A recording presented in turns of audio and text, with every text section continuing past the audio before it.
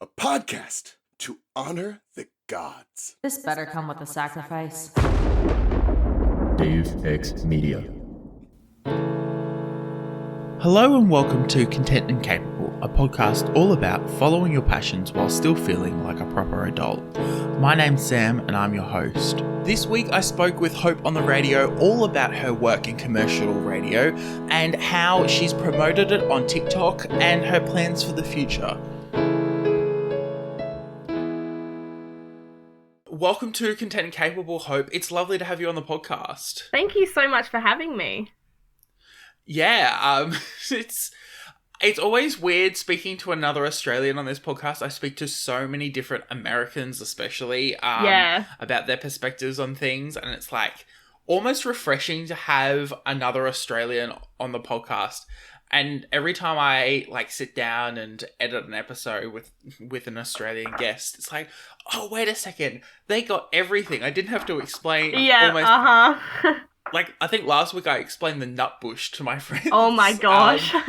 Because it's not a thing outside of, I'm guessing, Australia and New Zealand. Yep. And it was just this weird, oh, wait a second, I've got to explain that this obscure Tina Turner song is a full dance routine that every Australian kid did at the year 6 disco. Oh yeah. And as adults we continue to do oh crazy yeah, people. 100%. I know. Yeah. Do you want to quickly explain what you do, especially on TikTok? Yeah, okay. So, like you said, my name's Hope. I'm an 18-year-old here in Australia, and I work in commercial radio. So, I am a commercial radio announcer through a network, and I basically started earlier this year promoting and posting a lot of my radio content through social media, and especially TikTok, trying to create a bit of a platform for myself, through my radio work. Yeah. I think people assume, you and I both work in radio, I think people assume that radio is this big monolith that you can't get into.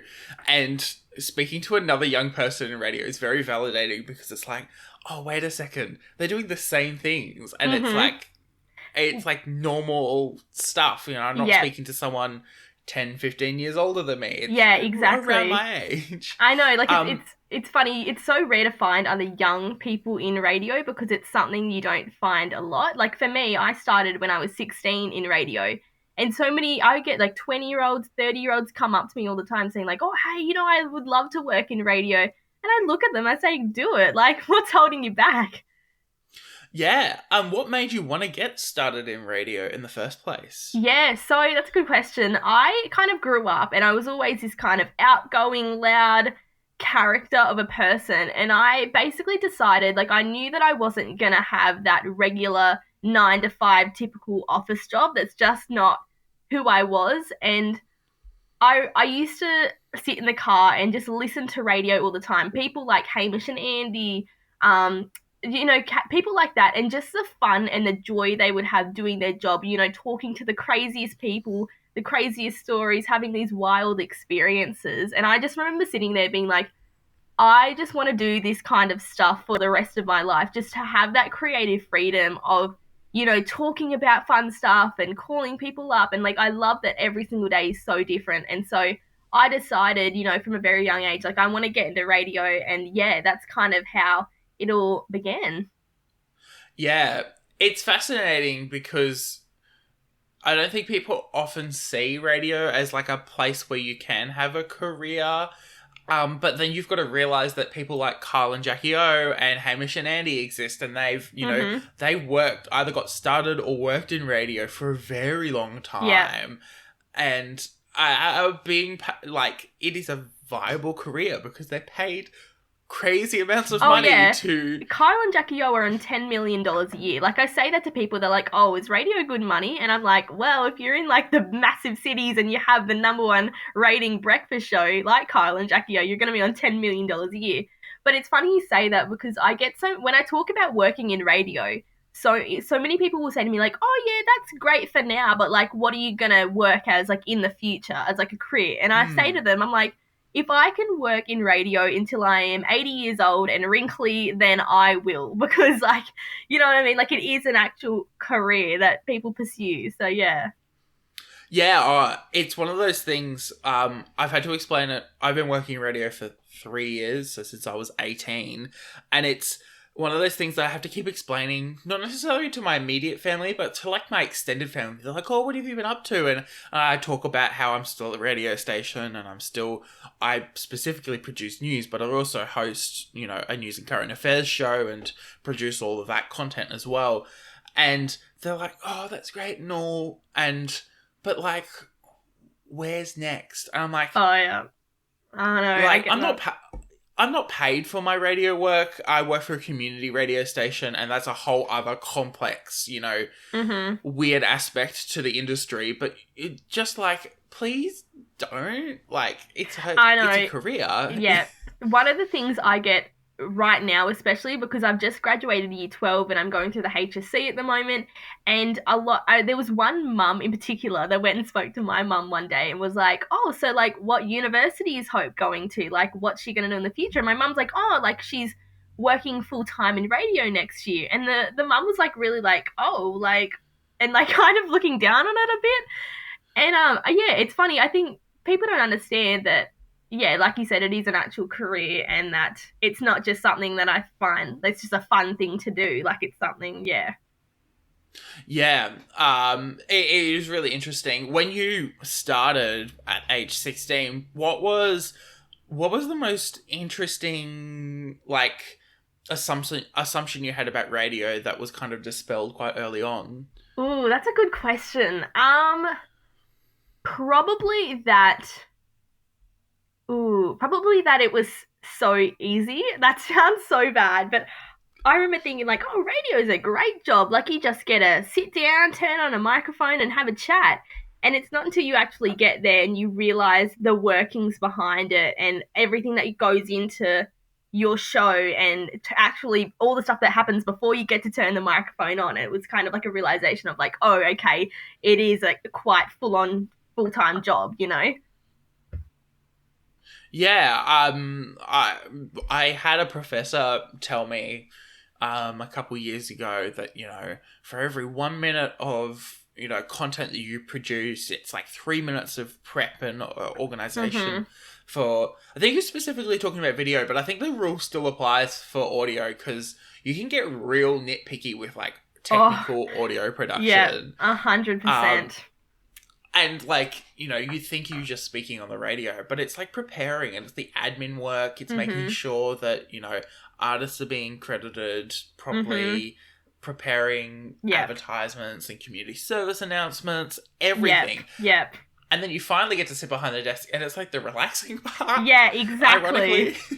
Exactly. Like, my boss, because he does the breakfast show starting at, like, 6 a.m., he'll be in the studio at 4, just to prep up and do everything he needs to get done before the show actually starts. Like, people think that we rock up like 5 minutes before the show begins, and it's like, no way. No. And it's like, I even think it kind of extends to a lot of like TV as well. Like, you look at those day in the life of like a television journalist, and they're like out of the house at 2:30 in the morning to do their morning like announcer shift, and it's crazy. Like, it's so fascinating, and way harder than I thought it was going to be. Like, so much more work, and so much more time intensive. I mean, like, I definitely like enjoy it and stuff, but like you said, it just wasn't something that I was necessarily expecting. But it's funny. I feel like, especially in bigger like cities and metropolitan areas, it's less of that preparation time, because there's such a range of team of producers and people there doing that work. But like for someone like me working in regional Australia, and I'm sure like for you in commercial community radio and stuff like that, it is very reliant on you to make sure that your show runs smoothly and the content is good. And it is quite it's quite interesting, especially you work regionally, and I work I'm Brisbane based. I don't have a huge team behind me, as much as someone complained at me yesterday about the massive team I brought into studio yesterday. But it was it is always like really fascinating because you don't get to see that all like a typical radio listener will hear. It's just what's put to air. Yeah. It's like, oh, you forget that what does the team look like? Who knows how many people are sitting behind the desk at the radio station, how many producers there are, or what shenanigans, you are getting up to behind the scenes. Yeah. So you've just finished high school, and balancing a pretty crazy job, a pretty amazing job as well with, high school and studies like that. How was that? What kind of adjustments did you have to make going into that? Yeah, so, I mean, before I got my job in radio, when I was 14, 15, I used to work, pretty full on over at like a local fruit and veg shop, and I would balance that with high school. It was just a few days a week. And then having that change, coming into radio and still being in high school. So for me, my show is 5 days a week. So I was on air like every single day I was at school. And so it took a lot of my personal time, I guess you could say. So I was up early every morning at the station doing all my prep work. I would have to actually record the first half of my show because I was still at school for the first half. So my show would run from 2 to 5 o'clock in the afternoon, and I'm at school until 3:30. So I would record the first half of that, jump in the car, go straight to school, and as soon as the school bell rang, getting in the car, driving straight home, straight to the studio, speaking on air. Literally I would run in the door, press the on air button, and I would just start speaking. So it was obviously coming out of it now, graduating high school and stuff, I can definitely relax a bit more, but it was such a crazy time in my life. And the thing is, I wouldn't trade it for the world, I would do that 100 times over because I was just so thankful for the experience I had, just so lucky. But yeah, so it was crazy time in my life for sure. Yeah, it's like it becomes like your full-on before and after school activity. I know that you're a bit of a hockey fanatic as well. How did you do hockey as well at the same time, or was that something that you had to schedule outside of like a 5 days a week kind of thing? Yeah, like you said, like I played, regular competition sport, and I also have, a bit of a social life. So my family has a bit of a running joke that I basically did not see them for like a year straight. Like it got to the point where, I would I would be the first one up at home at the station, at school all day, at the station after school, from the station to, hockey training or, hanging out with friends and stuff like that. And I'd be home at I remember I genuinely would only see my family for like maybe 20 minutes at dinner, and then that was it. And it was like, and if for me, like obviously my family is very supportive of what I do, and the way I've grown up is if you're going to do something, you're going to do it well. So they knew that I was very committed and stuff like that. So yeah, I mean, obviously it's good to be able to have that time now to kind of rest a little bit, because it was just a very full on. But yeah, so I would just I'm lucky because I get the weekends off, so that was my time where I could go play hockey and that kind of thing. But yeah, Yeah, no, I played hockey up until age 16, I think. Oh, from wow. memory. And it was fascinating. My mother always complained because we would end up, it was a 45-minute drive away to, the reason why we chose that particular team was because they played in a league that the games were at the same spot every week. Oh, yeah. So you didn't have to go traveling around to get to your games. And my mother at one point was driving up 4 or 5 times a week to take us to our regular training for our team, as well as like states training, as well as like, the district competition training, and then games, and then, sometimes there'd be makeup games or there'd be extra games to like make sure the season would fill out properly, which, sport is sport, and that's how this kind of rigmaroles but like my mother was just never happy with the fact that, she was driving, she was spending her whole afternoon, driving instead of doing things closer to Yeah, home. no, I can totally relate and understand to that because, you know, growing up before kind of pursuing radio, I kind of put hockey on the back burner when I started radio.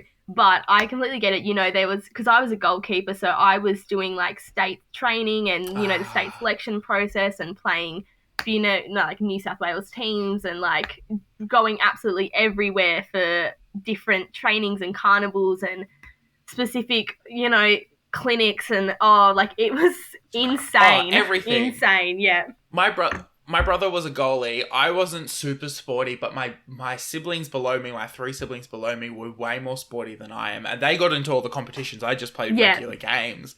And it was like, my brother was a goalie, so you'd have the goalie gear and then our bags with our sticks. And Mum would often, because we played music as well, so we would finish music rehearsal, we would get in the car and be getting changed in the car as we would drive up to training.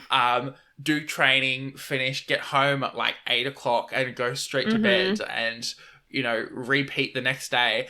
And see? Just like, yeah, it was crazy. I remember, I think I went back a couple of years ago to take my brother to one of his last games before he wrapped up with them, and I was just like, wow, this is like a whole world of like commitment.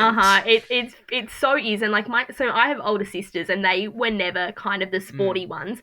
Whereas for me, I did every kind of sport and like I was running absolutely everywhere, here, there and everywhere. And they would get dragged along and they always used to say like, oh, Hope's the favourite child. Because my parents are in the car every weekend going here, there, you know, different carnivals. And it is such a full on commitment. And, you know, for me, hockey was never a thing I wanted a career in. So especially when I started with radio and that kind of thing, I was quite okay putting it aside and pursuing what I really wanted to do. So, yeah. Yeah, it is fascinating what, you know, there like talents you have that like you don't end up pursuing as a career and like being able to pursue it casually as well. I talk about this a lot with music. I played music all the way through the end of high school. I'll be the first to say that I was okay at it. I wasn't great. But people tried to convince me that I should be going and studying it. And I decided no and just decided to pursue it casually, knowing that there was something better out there for me. And then kind of, I will say I kind of tripped, fell and face planted into this radio position. But I'm here now and I'm loving every second of it, which is amazing. Yeah. So how did you get into radio? So, I was studying my degree, Bachelor of Comms, majoring in journalism, and I'd chosen a major of journalism because it had the highest OP cutoff, which is the same as like your ATAR score. And it had the highest cutoff, and I was like, awesome, I'm just going to choose this. If I don't get in, it's fine. I've got backups, you know, different majors within it that have like lower cutoffs and things like that. I ended up getting automatic entry because I well and truly passed the threshold and got into it. And I was like, I may as well just dive headfirst into this. And my mother sent me a message. I would have been while I was working for a family friend, helping them do some database work, some just really boring stuff to fill time before I started my university degree. And I wasn't employed at that time either. And it was for this internship at this radio station that I had never heard of, which was and still is 4ZZZ, and it was for this news internship, which is like, you know, if you're going to do journalism, you may as well dive headfirst into it. My family, I think, are very similar to yours in the kind of, if we're going to do something, we're going to do it well and we're going to completely commit to it. And so I was like, okay, amazing. I put my name down, not expecting to get it, got the position in this internship, and after a year or two, I've been an intern for 4 months, and then I worked as a staff journalist. And after a year or two of working as a staff journalist, they asked me to become an announcer. And so I did a bit of training and a bit of a handover from the previous announcer who was stepping down from the position. And I'm working in radio, so I now do everything from organising the hourly news bulletins for the station through to I record a couple of advertisements and community service announcements and hosting my show on a Tuesday as well.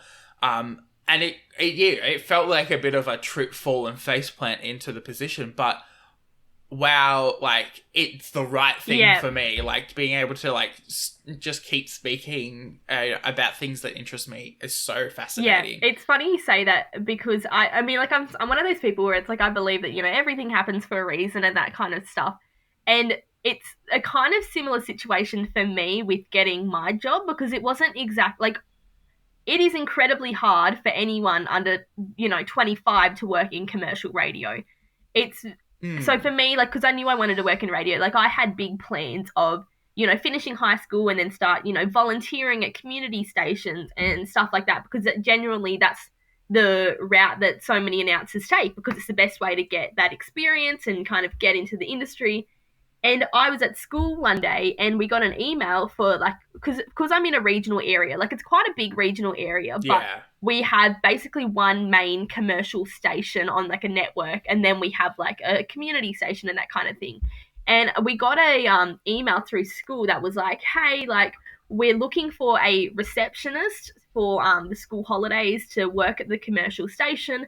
And I remember looking at it and just thinking, like, oh, you know, whatever. Like, I've already got another job. Obviously, it wasn't in radio, but it was just another job. And I thought, this is just a reception job. Like, this is nothing. And I remember telling my mum, and my mum's like, no, you have to go for this job. And I'm like, what do you mean? Like, are you crazy? And she's like, no, you never know what's going to happen. You have to go for this job. And so I'm like, yeah, okay, like, look, what's the worst that can happen? I'll, you know, apply for it. And then I ended up getting this position, just working, you know, for the 2 weeks of the school holidays, just answering the phones and replying to the emails. But it was a great experience getting to know the workings of the station and stuff like that.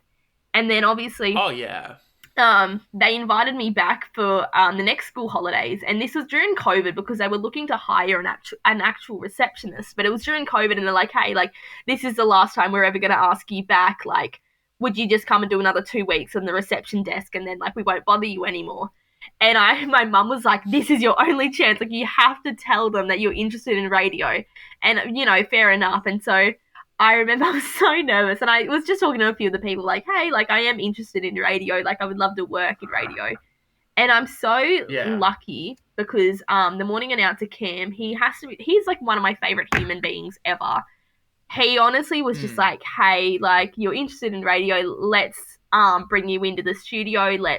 I want to teach you a few things. Like, if you're interested, come in before school. And so I volunteered for months, you know, not getting paid, but just so willing to do anything to get my name out there in the industry and stuff like that. And then luck was on my side again, because one of the announcers moved to Perth, and they offered me the job in commercial radio, which is just insane, because like I said, it's very uncommon for someone of my age to have an announcing role in commercial radio. It's very rare, and so I'm so lucky every day that I was given this amazing opportunity. And so so that's how I kind of felt. It is kind of amazing. Like, I'm in the middle of applying for as many jobs as I possibly can to try to have, you know, sort something out post university graduation, which is a scary concept. I feel like I'm reliving year 12 at the moment, where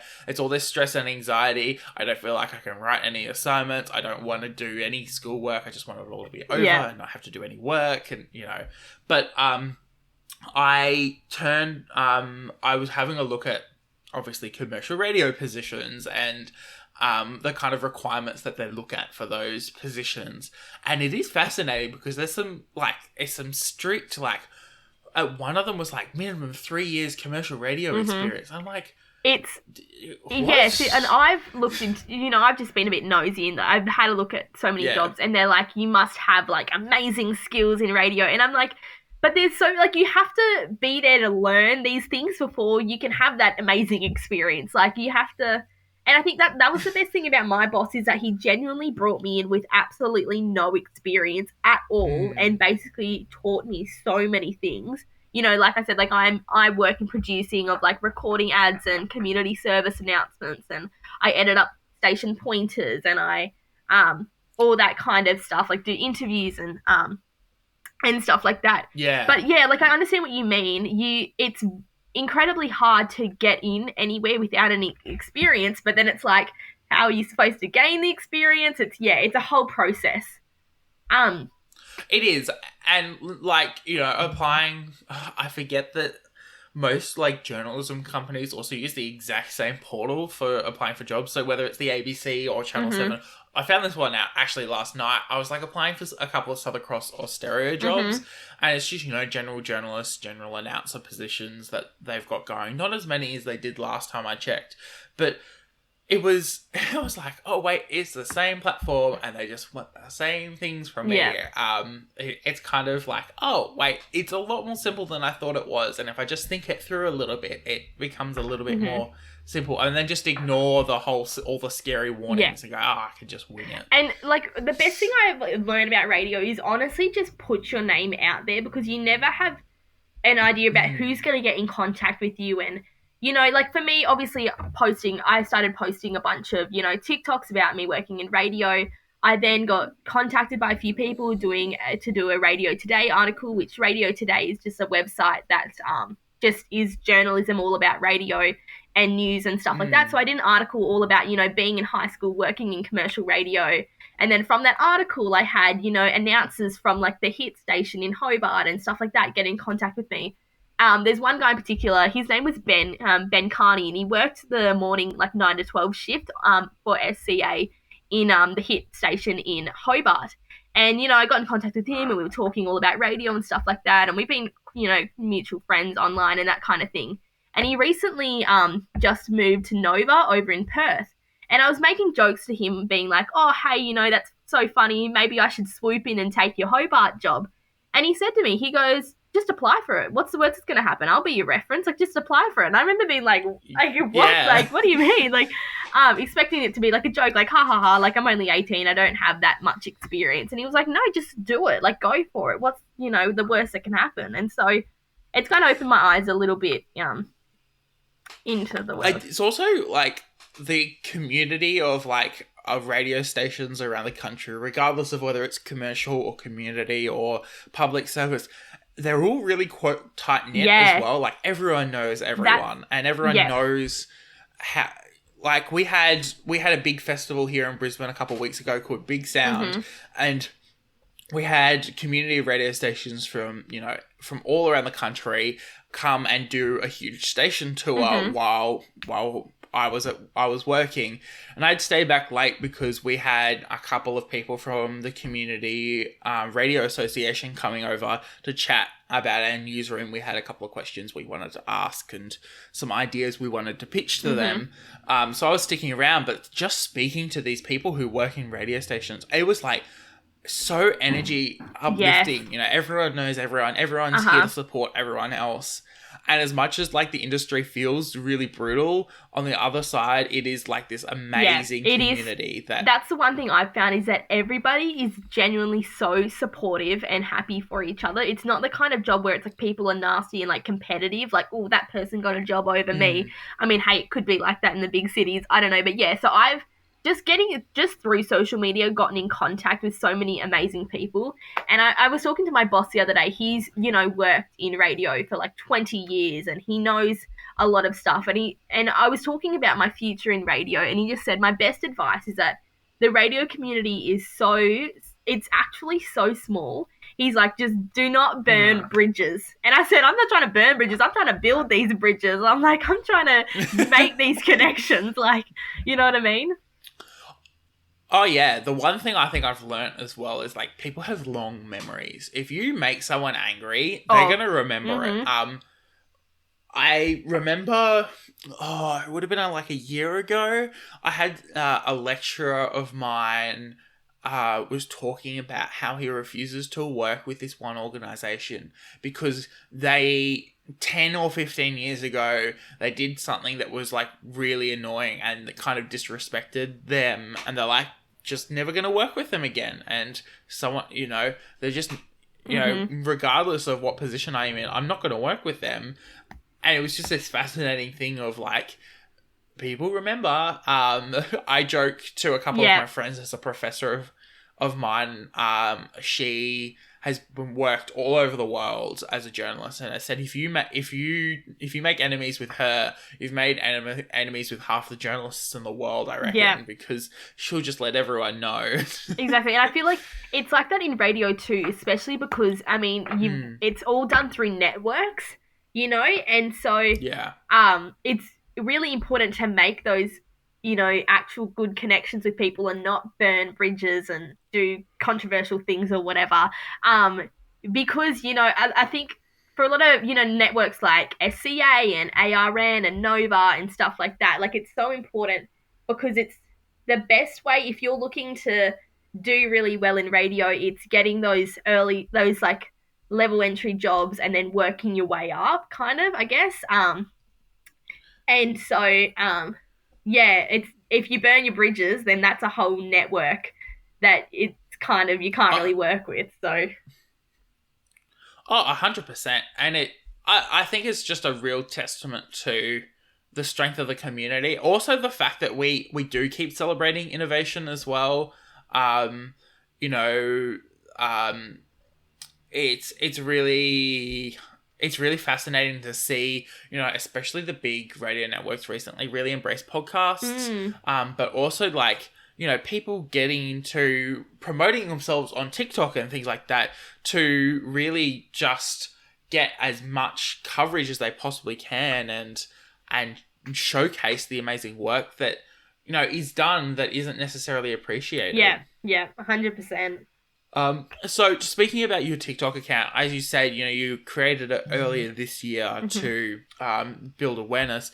What was it like broadcasting your work on social media? Yeah, so again, this is another great question.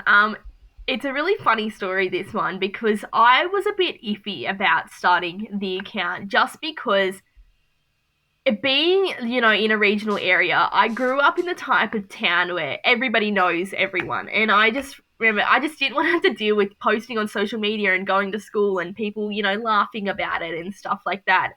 But it was really annoying because it was holding me back from something that I really wanted to do. So basically what I did is when I started the account, I blocked like every single person from my school. As stupid as that sounds, but it just gave me that creative freedom to be 100% who I am and not be worried about the repercussions. Like, obviously it doesn't bother me now being outside of school and stuff like that.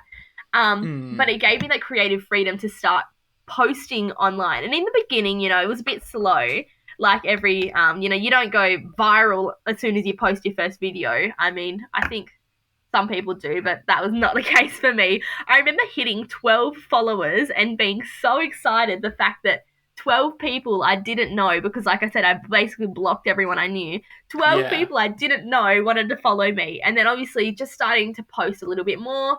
I had one video get about 20,000 views, and I think that was kind of the pinnacle for me to be like, okay, I can really start taking this seriously, because it was just, in the beginning, if you go down to the bottom of my account, all my videos are just me honestly dancing to the music that I would play in the station, because it started out, I would, whenever, you know, we play in between talk breaks and we'd be playing music, I'd be up dancing anyway, because that's just my personality. Yeah. And one of the girls in the office said to me one day, like, why don't you start recording this? And so I did, and then I'd post it, and, you know, that's how I started posting. And then it got to a point where I was like, I could really use this to promote my skills and my work as, you know, a female in this very male-dominated industry, as someone who's young, getting into radio, telling my journey and my story. And the more that I did that, the better it got. So telling my story about, you know, how I started working in radio and,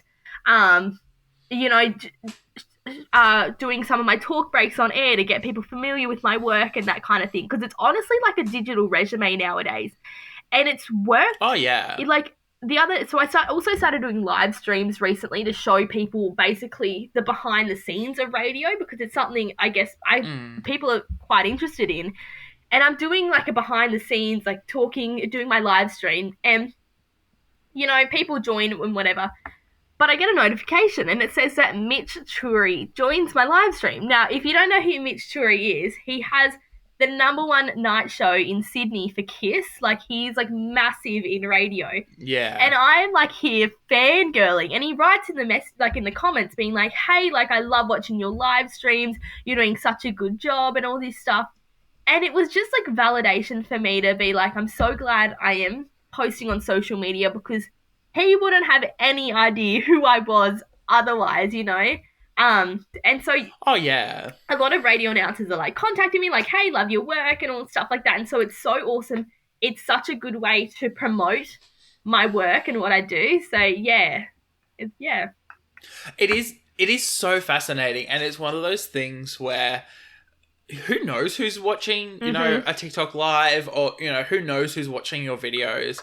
And when you do see the notification of like, oh wait, this is someone I recognize and admire, or, you know, who I know is quite large in the industry, who's recognizing my work and taking the time out of their day to watch me, I don't know, muck around in a studio. Yeah. I think it is very, it's almost scary, but at the same time, it's like validating, because it doesn't matter where you come from now. I'm very passionate about uplifting regional areas that don't get a lot of coverage. I come from where my parents live. Is right between Brisbane and the Sunshine Coast, and it's this weird area that just gets barely any news, barely any like radio station coverage, barely any like just awareness.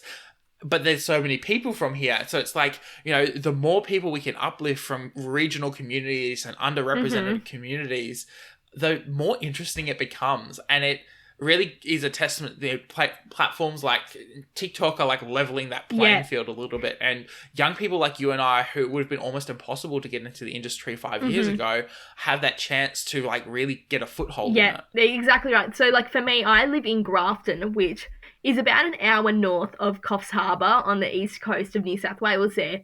But like you said, like what's that? Sorry, we used to pass by through Grafton all the time. We used to drive up and down through to Sydney. Oh, yeah. So like obviously like people know about it, but it's not exactly the place you'd stop and hang around. You know, it was always kind of in the news for negative kind of stuff, which is fantastic. But yeah, it was a very, like, for me, for me personally, like, I love my job and being able to work in regional radio, but obviously my biggest dreams and stuff are those big city stations and those big audiences and stuff like that. Like, that's my dream. And so I felt kind of in a position where it was like, I'm never going to get out. Like, I just felt very contained in this regional, you know, area, and it's not how I saw my life. And so yeah, like you said, platforms like TikTok allow you to promote your stuff, and you never know what's gonna go viral. Like things like the For You page is that anyone's video can come up. It's not like a YouTube video where you have to like actively search for the account, and then, you know, like having a platform like TikTok has honestly done so many amazing things for me, and I'm so glad that I jumped on that bandwagon and started to do it, because like there are a few radio creators on TikTok, but if you know, a lot of them are through stations that are pre-recorded and like very big setup. But for me, it's literally my iPhone and a ring light. Like I'm just showing, you know, and yeah, so it's given me that opportunity coming from a regional area. One of my friends hosts a university show at our local radio station. 4ZZZ, the radio station I work at, has strong ties to the universities, and they've got a university show. And this university show, I swear they get up to some of the craziest stuff on like the smallest of budgets. Yesterday they were ranting and raving about how cool is like a $6 phone tripod from Kmart, because they were using it and they decided to film part of their show, and then they're like, then there was this whole section, like, this is just me overhearing their conversation from the other side of the room, but they were also then talking about, oh, where can we take the coolest looking photo in the station, you know, trying to find something that would, like, frame it really nicely, and it's like, wow, you know, these kinds of things are, like, you do it on such a shoestring budget as well. It's like, oh, we've got a spare 5 minutes. Let's find a way to take a really silly photo or something. Well, it's funny you say that. Like, Hamish and Andy started out through university radio. Like, that's how they got their start, you know? And I was speaking to Radio Mike, who produces the Remembering Project for oh them, yeah. he's amazing. He's a lovely guy to chat to. But he was amazing talking to him and a couple of other people who have been around that space and going, like, it's way more possible than it was in Hamish and Andy's day. Mm-hmm. And like Hamish and Andy are put in, you know, the hard yards and did such an amazing job so young. Yeah. Oh man, I just sorry, I kind of cut you off. No, there. I just aspired to be absolutely the amount of crazy and ridiculous that they were. Like, that is so up my alley. Like, I remember as a kid just listening to them, like, that is exactly what I want to do. Like, I think for me personally, I feel like in radio, I was thinking about this last night actually. In radio, I feel like the females and like the girls are very represented. You know, if there's a, you know, show with like a girl and a guy or like two guys and a girl, it's like the guy's there to have a laugh and be the cheeky one and whatever. And then the girl's kind of there to be the one being like, oh no, don't be silly. Like, let's be serious, blah, blah, blah, blah, blah. Like, I feel like that Kyle and Jackie O dynamic, or I know Kate, Tim and Joel have that very same dynamic. So many, you know, stations have that kind of thing. And I'm like the person that's like, I want to be the crazy one, the one telling the stupid jokes and doing the craziest, most random, bizarre things. And yeah, I mean, I guess that's something I have on my side, is that I'm one of those people where I have very little amount of embarrassment. So I would do ridiculous stuff like I came handy in public and do any of that kind of stuff that's so up my alley. And I guess that's what I was trying to promote, a bit of like my personality on TikTok, I guess, and show that I have that ability to do stuff that a majority of everyone else would say, that's so embarrassing, stop it right now, you know what I mean? Yeah, it is. And I think the other thing is, because there's no visual aspect to the medium, there is this like aspect of you've got to play up your personality and it'll be a little bit more excitable and things like that. Yeah, I think like it's very fascinating. Yeah, like I'm one of those people naturally, like, people say to me like, oh, you put on this big personality out like on radio, and it's like, I feel as though that's just who I am naturally as a person. I've always been that person with like making the stupid jokes and trying to make everyone laugh and talking about ridiculous things and stuff like that. And so again, that's another reason I got into radio, because I'm like, this is the perfect job for me, you know, just genuinely the fun of it. Yeah, it is. It's one of those things that like you get to be a little bit over the top without it being obnoxious as well. It's kind of, it is. It's been a thing for me my whole life. Like, I was obviously growing up, I was always, you know, told like, you're so embarrassing, like, you need to be quiet, you need to stop, you know, trying to blah blah blah. And I was always kind of put down for being the person that I naturally was. And being in radio has like changed my life, because it's a job that genuinely celebrates, you know, being outgoing and having funny conversations and wanting to do ridiculous things. And and so it's been such a huge thing for me, you know what I mean? Like, I remember I had a very kind of toxic friendship, I guess you should say, throughout high school, and like, in the beginning of high school mainly, of like another girl who was kind of very competitive she always wanted to be an actor, and she was quite, you know, competitive and that kind of thing. And she was always the type of person who would try to put on this facade of, I'm funny and I'm the outgoing one. And I think it was very quite, I don't know, maybe annoying for her that something like that came so naturally to me. And I remember at one point, we did like a careers quiz in class where it was like, you know, put in your interests and it'll tell you like an industry that you should work in. And I came back to me and it was like, oh, you should work in like media. And it said like radio, TV, whatever. And I was like, oh, that's so perfect. Like, that's something I want to do. And I remember she looked at me and she's like, and this exact sentence came out. She was like, no offense, but I would be like really embarrassed to be you. And I was like, sorry, what? Like, I was always just so put down for being the outgoing person and that kind of stuff. And so, yeah, like I said, working in radio is just allowed me to honestly just do what I love and be that person that 12-year-old me would have loved to be. So it's so amazing. Oh yeah, and I think like I had similar conversations. People told me I cared too much was the idea. I got really passionate about some things and would throw all my energy behind it and, make it pretty much all my personality. And that's totally fine and valid. But like people would go, "Oh, don't want to be you. Like you're embarrassing, everyone, including yourself." And it actually that was what made me embarrassed, was people being embarrassed by me caring about something rather than, the actual caring about it. I could care about things till the cows come home. And, working passionately to do something. People, I had this weird interaction like very early in high school where we were doing this gifted and talented program because I'm one of those burnt out gifted and talented kids.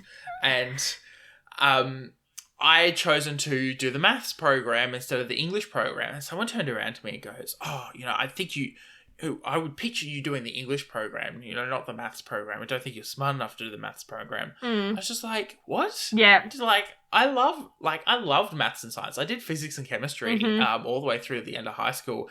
But, at the same time, my English skills are absolutely terrible. No, same I can very great verbal communicator. Ask me to write an essay and I might cry. No, I'm exactly the same. But yeah, it's a fascinating like aspect of like having your career like development still have be a fundamental part of that being in high school, where you're interacting with all these people who aren't necessarily your friends but you're kind of stuck with, and they like kids under the age of 15 just have no filter as well. It amazes me what kids get away with sometimes. I know. It takes me back to this one memory of like being in class, and I remember it was when I like very first started working in radio, and like people knew, and people kind of thought of it as like an embarrassing thing because you're at that age as a teenager, you don't want to talk and do any kind of public speaking or anything like that. And I remember the teacher called on me to like read something out on the board, and one of the people in my class was like, "Oh, why don't you say it in your radio voice?" And then people were like laughing, and the teacher turned to her and was like, "Oh, like the exact words of the teacher were, 'Jealousy isn't a good look on you.'" And then they all laughed and were like, "Why would we be jealous of that?" And I'm like, I don't even, like, why am I in this conversation right now? All I got asked to do was read something from the board, and people are debating whether my job's embarrassing or not. And I'm like, oh. To be honest, you're probably going to be more famous than the rest of them, you know. Well, that's the thing. I'm like, it would be the biggest thing for me one day to actually make it in this career that I care so much about. You know what I mean? To do something, to show people, like, I put in all this hard work and you guys all made fun of me and stuff like that, but I did it because I was passionate about it. And okay, like I have this one joke that I'm gonna fly into my high school reunion via helicopter. Ooh. I had this one joke with people. I'm gonna land a helicopter on like the school oval, walk into my high school reunion. I'm like, oh, it's like the biggest joke that I have with people. But honestly, yeah, it would be very nice to kind of show people. Oh yeah. Now I'm just thinking, you know, me rocking up to like a high school reunion, like, and just going, yeah, I'm, you know, one of the most famous personalities. Yeah. Like, oh, I'm on that billboard over there or something, like, you know. Oh man, it'd be great. But hey. Yeah, it'd be great. So looking towards the future, what, obviously we've talked a lot about, you know, jobs and things like that. But what is keeping you doing radio into the future? So obviously, like, I'm gonna keep working towards like my big goals. Like I was looking at, you know, possibly applying to study at AFTRS, which is like Australian Film, Television, Radio School, and my boss went through there and stuff like that. And So it's a weird time because people say about radio, it's a job where you're gonna move around and you're gonna move to different places and different networks and stuff like that. And so, yeah, it's a type of thing where I genuinely do not know where my future will go. But in a weird way, it's scary but exciting. It's like I'm at the point in my life, being young, I'm not necessarily tied down to anything where I honestly just want to see where this job will take me. Like, it genuinely, you know. Oh yeah, if I can travel for work, if I can go and, be at the start of the year be in Perth and at the end of the year be in Hobart, I will do that. Like that 100%. sounds like the most amazing thing. At least for a young person, I'm guessing at some point I might want to settle down and have a bit of like normalcy. Mm-hmm. But having either someone pay or having the opportunity to travel around the country, I think would be amazing because I think especially after COVID we all want to travel a lot more, but I'm also like just starting my career, so if I can have both of them work at the same time, that'd be great. That's like I said, like to truly get those dream jobs in radio, like unless you're someone like Abby Chatfield who kind of went on The Bachelor and built her career up like that, a lot of people just have to start regionally and just get the next job up and then the next job up and the next job up and work your way up to radio. So like I said, I have no idea where I will be. My boss has this joke. He always says to me, you can't be here longer than 12 months. He says that to me all the time, that I'm literally by the end of next year, I better have a job somewhere or gotten into afters, because he always says, I don't want you here longer than 12 months. Like, I want to see what you can do in the future, which obviously is so awesome. But, it's funny. Yeah. But, yeah. Yeah, amazing. Well, thank you so much, Hope, for coming on the podcast. It's been such a pleasure chatting with you. Oh, it's been so awesome talking to you as well. Where can people find you on the internet? So, if you can find my TikTok account, it's at Hope on the Radio. I also have Instagram at Hope on the Radio, basically just, promoting all my radio stuff. So if you're interested, go and check it out. Follow-up question about your handle. Are you by chance aware of Brew on the Radio from like the US? Oh my god, 100%. That's exactly how I came up with the name. I was Brew on the Radio. Yeah, he's iconic. What a great guy. He's the reason I started. Okay, that like I was like, okay, I can actually post about working on radio on TikTok and be somewhat successful. Like watching Brew on the radio, he's idol material. I love Brew. 100%. And just like absolute goals, just traveling around the country doing all these amazing things. But it's so funny you said that. You're the first person that's like had that revelation of like the connection between the name. Like you're the first person that's actually understood it.